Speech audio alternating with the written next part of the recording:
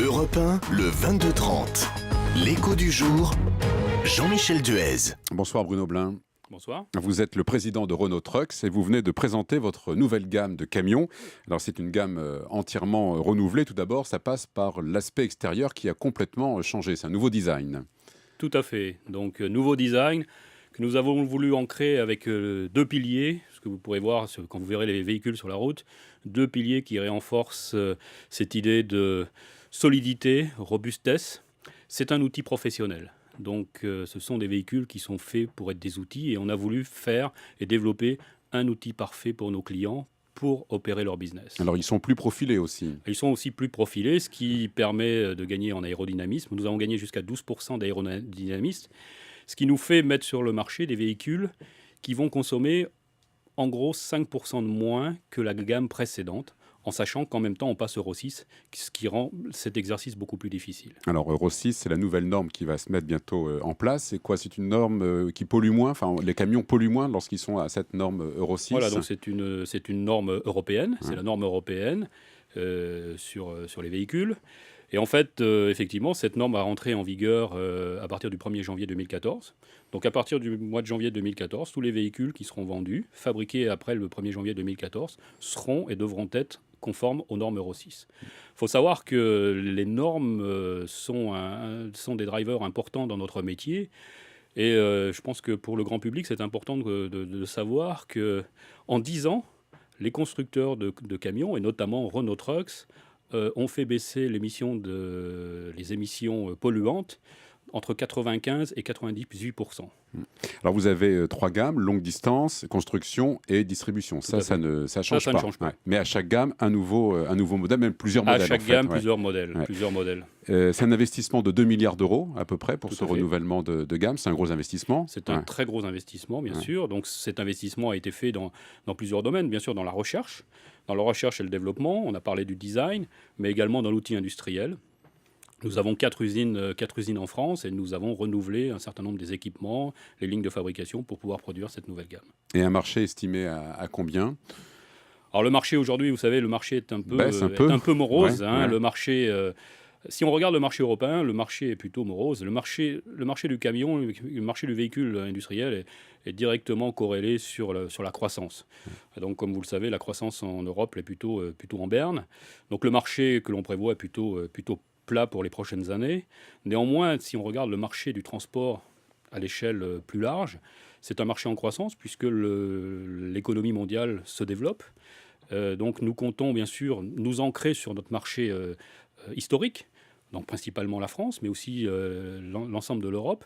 Mais avec cette nouvelle gamme, dans les mois qui viendront, nous souhaitons aussi développer nos marchés, notamment en Afrique, Afrique du Nord, Afrique subsaharienne, et puis la Russie, qui est un marché important pour nous, qui est en plein développement, et puis également certains pays en Afrique du Sud. Vous l'avez chiffré, ce marché, c'est combien de milliards d'euros? J'imagine que ça se chiffre en milliards. Ça se chiffre en milliers de véhicules. Oui, en milliers de véhicules. Le marché, je n'ai pas exactement tous les chiffres en tête, mais ce que je peux vous dire, c'est que nous avons vu des croissances très intéressantes. Si on parlait de la Russie, on a augmenté nos ventes de 20% l'année dernière en Russie. Donc ça, c'est quelque chose de très important. Et puis un marché très important aussi pour nous, qui est un marché historique, c'est le Maghreb et l'Afrique. Au Maghreb, on a augmenté de 22% nos volumes. Quel est le coût moyen d'un camion ? Le prix moyen. Le prix moyen, oui, le coût pour celui qui va l'acheter. Ça va se situer entre 50 et 90 000 euros, 100 000 euros. Ouais. Et quelle est votre clientèle ? Donc, notre clientèle, c'est une clientèle qui est très variée, puisque en fait, le produit, contrairement à l'automobile, le produit du véhicule industriel est un produit très très varié, avec beaucoup de diversité.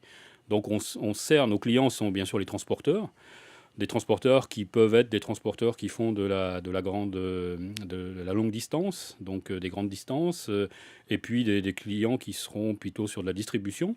Et puis aussi, on a des clients qui ont le cœur de leur métier n'est pas le transport, mais ils ont besoin de camions pour transporter leurs biens, pour transporter les produits entre différentes usines, etc. etc. Vous disiez tout à l'heure, quand vous verrez les camions sur les routes, vous vous apercevrez de ce changement de look. Alors quand les premiers camions, nouvelle génération, vont-ils rouler ? Les premiers camions seront livrés à nos clients au mi-octobre. Ouais. Donc vous commencerez à voir ces véhicules à partir de mi-octobre. Et bien sûr, la population va grandir de semaine en semaine. Il y a un délai de fabrication. Ils sont personnalisés, les camions, ou alors il y a effectivement une gamme comme ça, on peut acheter presque du jour au lendemain, j'allais dire, même si c'est pas comme une voiture, forcément, un camion. En fait, il y a beaucoup d'options, comme je disais tout à l'heure.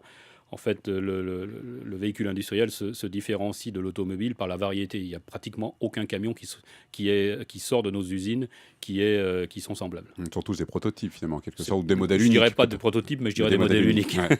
Alors, vous disposez également, vous proposez des camions électriques et des camions hybrides. Voilà. Donc, des camions, on a plusieurs types de ce qu'on appelle d'énergie alternative. Nous avons des camions électriques, des Maxity. Je pense que vos auditeurs de Paris peuvent voir des Maxity qui livrent des boissons dans les différents bars. Et certains sont équipés se font en Maxity électrique, tout électrique, 100% électrique. Nous avons une gamme de véhicules hybrides. Et puis, quelque chose qui se développe beaucoup actuellement, c'est les véhicules gaz. Alors bien sûr, les véhicules gaz nécessitent aussi une infrastructure, mais c'est un marché sur lequel nous investissons parce que nous pensons que c'est une des solutions pour faire baisser la pollution, l'émission et puis le bruit. Est-ce que vous croyez au tout électrique pour les camions? Est-ce que c'est possible déjà techniquement? C'est possible puisque, comme je vous le disais, le Maxity, mais qui est un petit mais camion... Là, pour l'instant, pour des courtes distances, est-ce qu'on peut l'imaginer pour les longues distances? Pour l'instant, je pense que la recherche doit encore travailler et on doit faire évoluer la technologie. Et on travaille là-dessus, bien sûr, mais je pense qu'il faut aussi que le marché se développe pour faire baisser les coûts. Parce qu'aujourd'hui, les coûts du tout électrique sont encore très, très supérieurs à ce qu'on peut sortir en diesel. Mais vous pensez qu'à terme, effectivement, un jour, l'électrique peut supplanter le diesel? Je pense que ça peut être une option. Je pense que dans le futur, certainement, nous aurons besoin de plusieurs types de solutions et avoir des solutions très adaptées aux besoins particuliers des clients, Alors, qui sont aussi très diversifiés. Alors justement, qu'est-ce que vous répondez à ceux qui veulent qu'on développe les moyens alternatifs aux camions, qui disent qu'il y a trop de camions sur les routes, il faudrait passer à un autre mode de transport?